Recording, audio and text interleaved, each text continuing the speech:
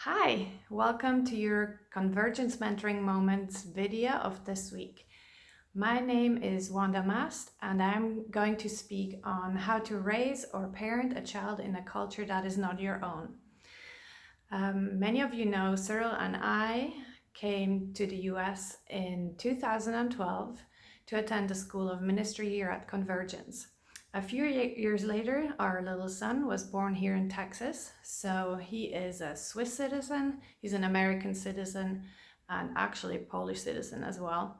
And he's growing up to speak American, Texan, as he likes to point out, English, and Swiss German, and a little bit of Standard German. People have been asking me what it is like to raise a child in two different cultures. This is an interesting question, and I've been pondering this a lot. I often go back to my own experience growing up in two cultures because some of you know that, but my father is Polish and my mother is Swiss, and I was born in Poland. So my first growing up, or my first language that I picked up was Polish. And then whenever we moved back to Switzerland, that's when I only then learned Swiss German. So that's when I started learning Swiss German. To me, being able to speak two languages was completely normal, and I have two families in two different countries as well. And so to eat sausage and porridge, as it is the custom at that time in Poland, for breakfast at 10 in the morning, because people come back from the field after they've worked, so they wouldn't work in the heat of the day. They came back and would eat later breakfast. So that is how we ate breakfast in Poland, 10 o'clock in the morning. And then eating muesli, and that is the proper pronunciation for muesli, and bread and jam at 7 in the morning in Switzerland was like switching from one language to the other. And that was easy for me because I didn't know any different, and that was completely normal for me. And also being searched for hours at the border going into what was communist Poland at the time was just part of traveling. It was just what I knew, and I didn't question. I noticed it, but I just took it as part of my life. It only occurred to me later into childhood that this was not everybody's experience, and that there was something precious in that, about being able to be fluent in two cultures. To have a home here, to have a home there, and to know people that think differently. It was just to me, it felt very enriching to have those two sources to draw from. However, one question sometimes came up that I didn't see other kids deal with or having to deal with, and it was the question of home. Where do I belong? Yes, I can belong to both cultures, but there was this question still, because in one place I would miss one part of this culture, and then in another place I would miss the other part of the culture. And I was also aware of the differences and people not understanding certain ways I was doing things, and so you feel different, and that I was neither fully Swiss nor fully Polish, and so that created that question of identity for me. That same question actually does arise when you leave your home country to live in a new one, like we did when we moved from Switzerland to come to the US. You are excited about things that your own culture doesn't offer, and maybe there are things in your new culture that this culture actually does better. Like, for instance, I think Americans are very friendly, and that is a relief from the grumpiness that we encounter in Europe. But at the same time, you're keenly aware of the differences as well, and things you're missing.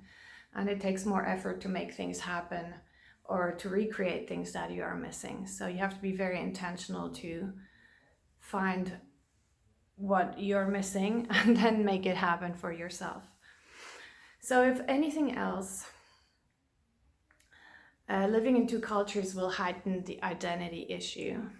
You want to know who you really are, because you realize that with different cultures, what you think is taken for granted is not necessarily the same in another culture.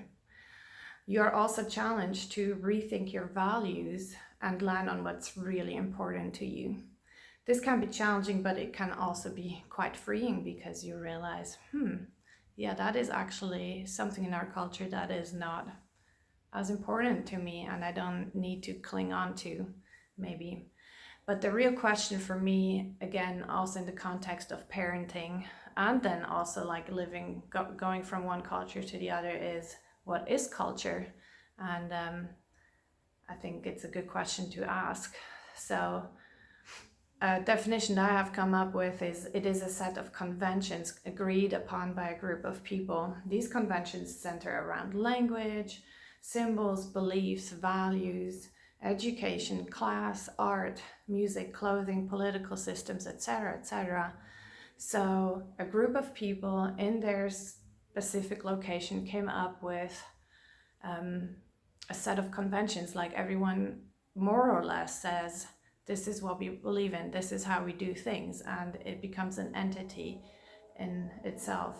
And so that is the culture of that place, like the culture of America or the Western culture, or let's say the Arctic cultures. They have a totally different set of doing things, the way they are doing them. But for me as a parent, and then also for me as an individual, the real question then is, which of these cultural conventions are congruent with kingdom principles?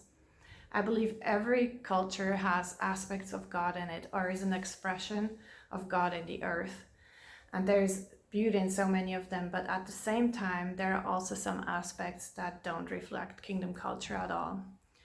And that is where I feel parenting in two different cultures isn't actually much different from raising a child to know Jesus and his kingdom in your own culture.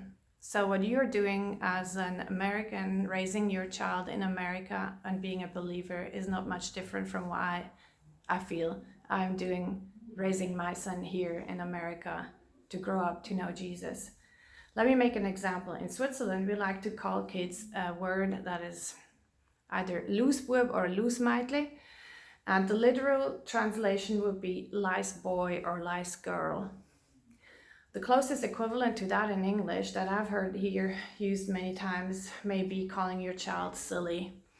And calling someone loosebub in Switzerland in general is meant endearingly, and it is to emphasize that maybe the child has a creative or unconventional way of doing things and getting their way, and to a degree is praising the self-reliance of that child. In Switzerland, however, the root of that word comes from a reference to kids that have been left to their devices, maybe due to poverty or to parents' neglect, and those kids have lice in their hair because no one is taking care of them. They're used to find a way to get their needs met, even if it means to go about unconventional ways, as I've said. It is not a good background, actually. So now, my question is, because I've been called that as a child, in an endearing way though, it was acknowledging some of my creativity in getting my way. I want to praise that skill in my child because I have that romantic, nostalgic feeling of my own childhood. But really, aren't there better ways to affirm identity and encourage a skill, or to form a skill? How many cultural constructs are we unaware of that are not necessarily representing the kingdom? And how many are we nostalgically attached to? Because we are recreating childhood memories in our heads, and we are kind of wanting the same to happen for your own child.